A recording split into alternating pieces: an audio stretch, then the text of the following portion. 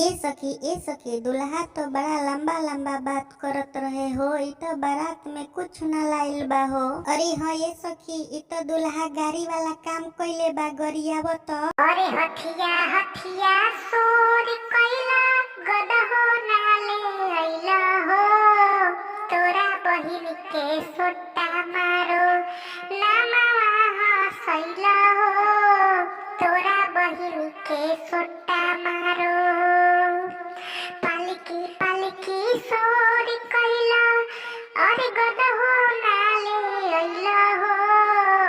तोरा बहिन के सोटा मारो।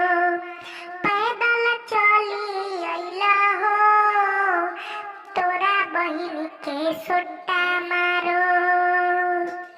डीजे डीजे सोर कैला अरे नचियो नाले अइला हो। डीजे डीजे सोर कैला नचियो नाले अइला हो। तोरा बहिन के सोटा मारो।